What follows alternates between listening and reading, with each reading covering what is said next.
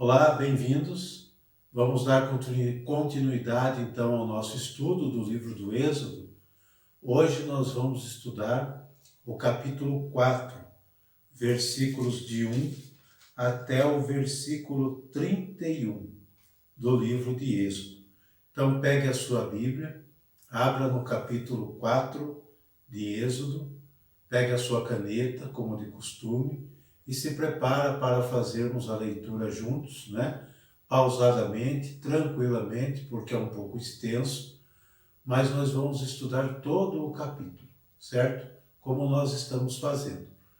Então, enquanto você se prepara, eu quero dizer a você que estou muito feliz, agradecido, porque vocês têm acompanhado fielmente o estudo, vocês que estão inscritos, vocês que ainda não se inscreveram, mas que estão compartilhando com as demais pessoas, para que mais e mais pessoas possam se somar a nós no estudo da Bíblia, ok? Muito obrigado mais uma vez, tá bom? Vamos lá então? Podemos começar o estudo? Vamos fazer a leitura do capítulo 4 de Êxodo. Vamos lá. Moisés respondeu: eles não me crerão, nem me ouvirão, e vão dizer que o Senhor não me apareceu. O Senhor disse-lhe: o que tens na mão? Uma vara. Joga-a por terra. Ele jogou-a por terra, e a vara transformou-se numa serpente, de modo que Moisés recuou. O Senhor disse: estende a tua mão e toma-a pela cauda. Ele estendeu a mão e tomou-a, e a serpente tornou-se de novo uma vara em sua mão. É para que creiam que o Senhor, o Deus de seus pais, o Deus de Abraão, o Deus de Isaque e o Deus de Jacó, realmente te apareceu. O Senhor continuou: mete a tua mão no teu seio. Ele meteu a mão em seu seio, e quando retirou, sua mão estava leprosa, tão branca como a neve. O Senhor disse: mete de novo a mão em teu seio. Ele meteu de novo a mão em seu seio e retirou-a. Eis que ela se tornara como o restante de sua carne. Se não te crerem, nem obedecerem à voz do primeiro prodígio, crerão à voz do segundo. Se ainda permanecerem incrédulos diante desses dois prodígios, nem te ouvirem, tomarás da água do Nilo e a derramarás por terra. A água tirada do rio se tornará sangue sobre a terra. Moisés disse ao Senhor: ah, Senhor, eu não tenho o dom da palavra, nunca o tive, nem mesmo depois que falastes ao vosso servo. Tenho a boca e a língua pesadas. O Senhor disse: quem deu uma boca ao homem? Quem o faz mudo ou surdo? O faz ver ou o faz cego? Não sou eu, o Senhor? Vai, pois, eu estarei contigo quando falares, e te ensinarei o que terás de dizer. Ah, Senhor, disse Moisés, manda quem quiserdes. Então o Senhor irritou-se contra Moisés. Não tens Araão? Disse ele, teu irmão, o levita? Eu sei que ele fala bem. ei-lo justamente que vem ao teu encontro, e vendo-te, se alegrará o seu coração. Tu lhe falarás, lhe porás as palavras na boca, e quando falardes, eu estarei contigo e com ele, e vos ensinarei o que tereis a fazer. É ele quem falará ao povo em teu lugar. Ele te servirá de boca e tu lhe servirás de Deus. Toma em tua mão esta vara, com a qual operarás prodígios. Moisés partiu de volta para junto de Jetro, seu sogro, e disse: rogo-te que me deixes partir e voltar para junto de meus irmãos no Egito. Vou ver se ainda vivem. Jetro disse a Moisés: vai em paz. O Senhor disse a Moisés em Madiã: vai, volta ao Egito, porque todos aqueles que atentavam contra a tua vida estão mortos. Moisés tomou consigo sua mulher e seus filhos, fê-los montar em jumentos e voltou para o Egito. Levava na mão a vara de Deus. O Senhor disse a Moisés: agora que voltas ao Egito, cuida para que todos os prodígios que te concedi o poder de operar, tu os faças na presença do faraó. Mas endurecerei o seu coração, e ele não deixará partir o povo. Tu lhe dirás: assim fala o Senhor, Israel é meu filho primogênito. Eu te digo: deixa ir o meu filho, para que ele me preste um culto. Se te recusas a deixá-lo partir, farei perecer teu filho primogênito. Então estando Moisés a caminho, numa estalagem, o Senhor atacou Moisés procurando matá-lo.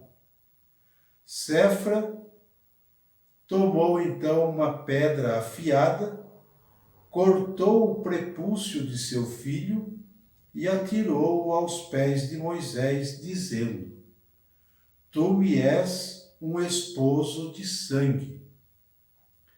Assim o Senhor o deixou. Séfora havia dito: esposo de sangue, por causa da circuncisão. O Senhor disse a Araão: vai ao encontro de Moisés no deserto. Araão foi, encontrando seu irmão na montanha de Deus. Beijou-o. Moisés contou-lhe tudo o que lhe tinha dito o Senhor ao enviá-lo, e todos os prodígios que lhe tinha ordenado fazer. Moisés e Araão continuaram seu caminho e reuniram todos os anciãos de Israel. Araão repetiu todas as palavras que o Senhor tinha dito a Moisés, e este fez os prodígios em presença do povo. O povo acreditou, e tendo ouvido que o Senhor viera visitar os filhos de Israel, e que vira sua aflição, inclinaram-se e prostraram-se. Muito bem, esta é a leitura do capítulo 4 do livro do Êxodo. Como vocês podem notar, o capítulo 4 é uma continuidade, é uma continuação do capítulo 3. É o diálogo de Deus com Moisés que continua, né?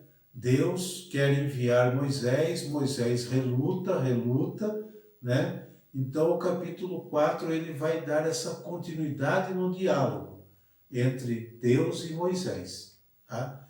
Mas antes de começarmos propriamente dito o estudo deste capítulo, recordemos o estudo passado. Qual era a grande mensagem do capítulo 3 para nós que nós vimos anteriormente? Que toda vez que nos apresentarem uma imagem de um Deus que supostamente apoia ou que apoia poderes opressivos, políticas de morte, opressão, nós devemos retornar à fonte. Qual é essa fonte? É o capítulo 3 de Êxodo, versículos de 7 a 15. Ali está, ou melhor, aqui na Sagrada Escritura está a verdadeira identidade de Deus. Deus, como nós vimos anteriormente, sempre esteve e sempre estará ao lado de quem sofre, ao lado do oprimido.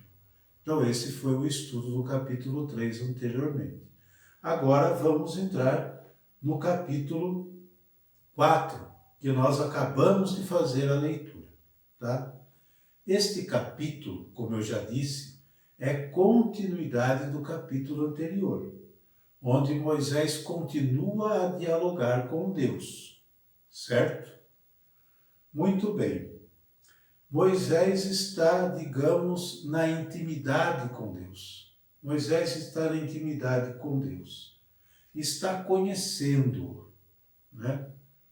Deus dá provas a Moisés através de sinais visíveis de sua presença, de sua ação através de Moisés. Deus se revela a Moisés e Deus dá sinais visíveis para Moisés poder acreditar, poder crer. Isso é muito normal, é muito comum de todo ser humano. Todos nós precisamos de sinais palpáveis, né, para crer. A fé, por exemplo, é algo, a fé em Deus, a quem nós não vemos, é algo que está no coração humano, desde sempre, que nós cremos, tá? Não precisamos, vamos dizer assim, de provas para crer em Deus. Mas em determinados momentos, como aqui com Moisés, Deus dá sinais, porque ele não conhecia Deus. Então ele dá sinais para que Moisés creia. Mas nós, desde sempre, pela nossa fé e pelo anúncio desta fé que chegou até nós, nós cremos em Deus, sem nunca tê-lo visto, tá? Mas nós sabemos que ele existe, ok? Muito bem, vamos continuar então. Moisés reluta. Moisés reluta em aceitar a missão e dá desculpas, né? Dá desculpas. Que não sabe falar direito, tem a boca e a língua pesada. Em outros termos, disse os estudiosos que Moisés era gago. Moisés tinha problema com gagueira. Então, por isso ele não conseguia se expressar, se comunicar. Então, Moisés começa a dar desculpas a Deus. Será que nós não conhecemos ninguém assim, não? Será que nós não fomos assim um dia quando Deus nos chamou também? Ou continua a nos chamar? A desculpa mais comum que nós ouvimos hoje é não trouxe óculos. Não é essa? É igualzinho Moisés. Moisés dá a desculpa que não sabe falar direito, que não sabe se expressar, tá? Para fugir da missão, em outros termos, para fugir do compromisso que Deus está lhe confiando, tá? Mas Deus, quando quer, ninguém pode resisti-lo. Ninguém resiste a Deus, certo? Deus diz que ele não está sozinho. Moisés não está sozinho. Mas Araão, seu irmão, que tem facilidade em se comunicar, é um bom comunicador, será assim, digamos, o porta-voz de Moisés diante do faraó e do povo hebreu. Então Moisés vai ser instruído por Deus, vai instruir o seu irmão Arão para que este possa comunicar a vontade de Deus ao faraó e ao povo hebreu. Pronto, Deus já resolveu o problema. Se o problema de Moisés era falar, tem quem fale por ele, né? E nós vimos aqui, interessante, no versículo 16, que Deus fala para Moisés que Arão, né, é ele quem falará ao povo em teu lugar, no lugar de Moisés. Ele te servirá de boca. Arão servirá da boca de Moisés, como se fosse a boca de Moisés. E tu, Deus falando para Moisés, serás o Deus para ele. Ou seja, quem vai transmitir a vontade de Deus a Arão é Moisés. Moisés é o escolhido, é o chamado. Pronto. Se o problema era esse, Deus já resolveu. Deus quer contar com Moisés. E ele lhe dá uma ajuda. Moisés não está sozinho, né? A missão que Deus confia muitas vezes a cada um de nós não é para nós sozinhos, mas é para um coletivo, é para um grupo, certo? Vamos lá, continuamos aqui. Este capítulo que nós estamos estudando nos apresentam 3 sessões. A primeira sessão, o processo de Moisés, ou melhor, o regresso de Moisés para o Egito com o consentimento do seu sogro. Está no versículo 18 que nós lemos. E a confirmação dessa decisão por parte de Deus. Está no versículo 19. E o anúncio que se faz nessa leitura da futura teimosia do faraó, que atrairá as pragas, as famosas pragas do Egito, e a última das pragas, que será a morte dos primogênitos, né, que nós vamos ver mais adiante. A segunda sessão descreve uma situação de entendimento difícil, que nem mesmo os redatores do livro do Êxodo conseguem explicar com clareza, tá? É uma suposta tentativa de Deus assassinar Moisés. Nós vimos aqui no versículo mais adiante, né?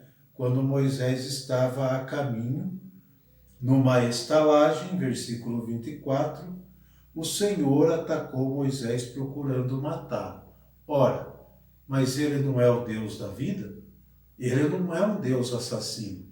Então, nem mesmo os redatores desse texto têm uma explicação clara para este episódio. Mas o que eles tentam explicar aqui, tá? A suposta tentativa do Senhor assassinar Moisés, ele tenta explicar o rito da circuncisão, né? Que, ao que parece, não se demonstrou muito esclarecedora para os redatores do texto, para aqueles que escreveram o Êxodo, tá? Visto que o versículo 26b procura explicar esse ritual sem conseguir. Então só diz que Séfora, mulher de Moisés, pega uma pedra bem afiada e corta o prepúcio do menino e asperge Moisés com aquele sangue do menino. Joga o pedaço de pele na direção de Moisés, Moisés é aspergido por aquele sangue. Por isso ela diz aqui, tu me és um esposo de sangue, tá? Para explicar um pouco do rito da circuncisão, o que não fica muito bem claro neste versículo. Porém, este não é o ponto central e fundamental da leitura, tá? É bom a gente não se deter muito nesta segunda sessão. A terceira sessão deste capítulo mostra o encontro de Moisés com Arão e o trabalho de convencer as autoridades israelitas para preparar o encontro com o faraó. Vejam bem, o povo está no Egito, o povo israelita, o povo de Israel, mas eles têm líderes lá no Egito. Ele tem os anciãos, né, que são a ponte entre o povo e o faraó. São as autoridades daquele povo. Tá? Então, nesse encontro, nessa terceira sessão do capítulo que nós estamos estudando, nos mostra o encontro de Moisés com Arão e o trabalho de convencer as autoridades israelitas para preparar o encontro com o faraó. Não vai ser fácil, né? O motivo da alegria da fé do povo estava em que Deus se ocupava dos israelitas e estava atento à opressão que sofriam. Versículo 31. Né? Então, o motivo da alegria e da fé desse povo é saber que Deus se ocupou com eles e de que Deus estava atento a tudo que eles estavam sofrendo no Egito. Então, esta alegria renova a fé deste povo que talvez estivesse desesperançado, estivesse já não acreditando mais no futuro, sem perspectiva de melhora, sem perspectiva até mesmo de crer em Deus. Talvez a expectativa deste povo até esse momento era de que Deus não existia, ou de que Deus tivesse abandonado eles lá no Egito. Mas esta alegria renovada, esta fé renovada, quando eles conseguem, então, através de Moisés e Arão, saber que Deus se ocupou deles, que Deus está atento à opressão e tudo o que eles estão sofrendo no Egito, certo? Esta é a chave da leitura do capítulo 4. Marquem bem, é o versículo 31. É a chave deste capítulo, que também tem de motivar a fé dos nossos povos, a fé de nossos povos, nossa individualmente e dos nossos povos de hoje, tá? Que este ocupar-se e estar atento de Deus à opressão não são acontecimentos de um passado estanque, que ali permanece parado. Não são. Como se Deus só tivesse mostrado interesse por aquele povo, sua situação e nada mais. Não é assim. Mas sempre que houver homens e mulheres e crianças sofrendo opressão, violência e morte, haverá também um ocupar-se de Deus, um estar atento de Deus para com este povo. Ok? Então Deus, esse mesmo Deus que se ocupou da opressão do povo no Egito, do seu povo eleito, ele está atento à situação de todos os povos, em todos os tempos. A opressão, a violência, a escravidão, os desmandos de quem assume o poder, não, como nós já falamos em vídeos anteriores, não está na vontade de Deus. Não está.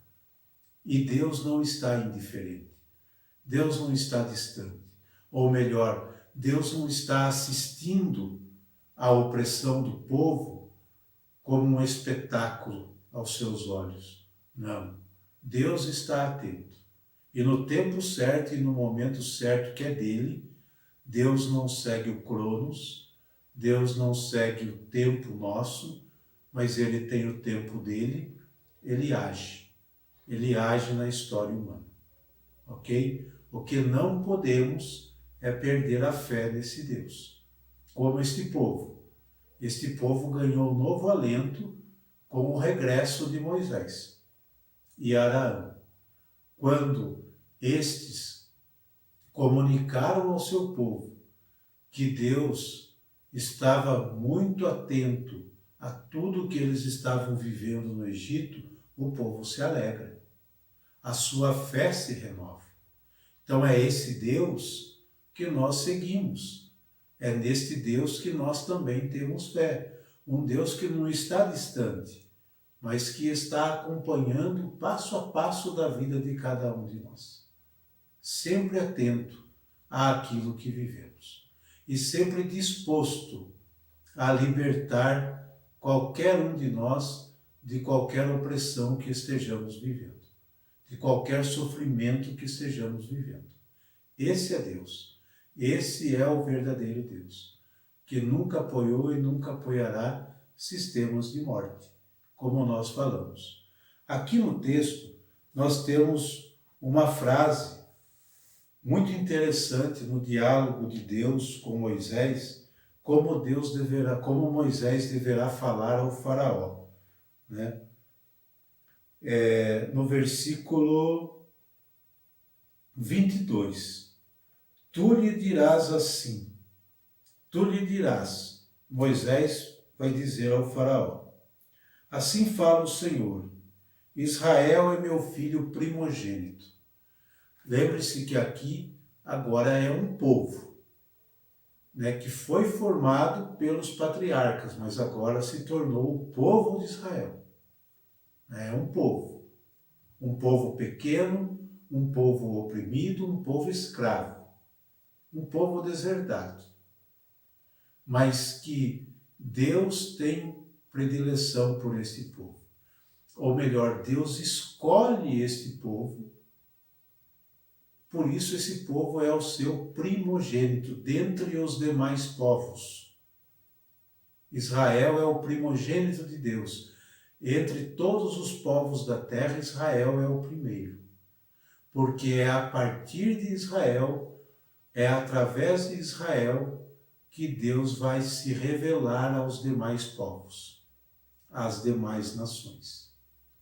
Por isso que é desta forma que Deus manda Moisés falar com o faraó. Israel é o meu primogênito. Esse povo foi escolhido para ser o sinal da presença de Deus para outros povos. E, de fato, é, porque esta fé judaico-cristã, nós participamos dela hoje pela nossa fé, não é mesmo? Então, Israel é o primogênito dentre os demais povos, tá bom? Qual é a mensagem deste capítulo para nós? Lembrem-se sempre que Deus sempre esteve, está e estará atento a qualquer situação que vai contra a vida e a dignidade humana. E o homem e a mulher de fé deve ser instrumento de Deus para transparecer este Deus cuidadoso e presente na história de cada um. Moisés foi apenas um instrumento de Deus. Araão também foi um instrumento de Deus. Quem agiu através dele foi Deus. Quem falou através dele foi Deus. Então, o homem e a mulher de fé deve ser esse instrumento de Deus. Sem desculpas. Sem desculpas como Moisés. Porque Deus sempre vai ter uma solução. Certo? Promover a libertação de quem sofre. Esse é o dever do homem e a mulher de fé. Porque esta é a vontade de Deus. Assim como Moisés, somos chamados também hoje a gritar com nossa vida qual é a vontade de Deus e de que lado Deus está. Ou seja, sempre do lado de quem sofre. Tá? É dever do homem e a mulher de fé corrigir a imagem distorcida de Deus em nossos dias. Também somos chamados hoje a enfrentar os faraós de nossos dias em favor da vida e da dignidade para os nossos irmãos que sofrem e levar esperança de vida nova para todos. Mas lembrem-se, Moisés, Arão foram instrumentos nas mãos de Deus, canais de Deus, assim como o homem e a mulher de fé do nosso hoje deve ser instrumentos de Deus, tá? Com nossa limitação, com nossas fraquezas, porque é a força de Deus que vai agir em cada um de nós. Lembrem-se disso. Moisés apresentou a sua limitação humana a Deus. Nós temos a nossa. Mas quando nos colocamos a serviço de Deus, primeiro Ele capacita. Primeiro Ele nos dá toda a capacidade, todo o amparo. E por mais fraquezas que tenhamos, por mais debilidades humanas que tenhamos, é a graça de Deus que sempre age através de cada um de nós. Ok? Espero que tenham gostado do estudo do capítulo 4 e eu espero vocês para o próximo estudo, que é o capítulo 5 de Êxodo. Até lá, um abraço a todos.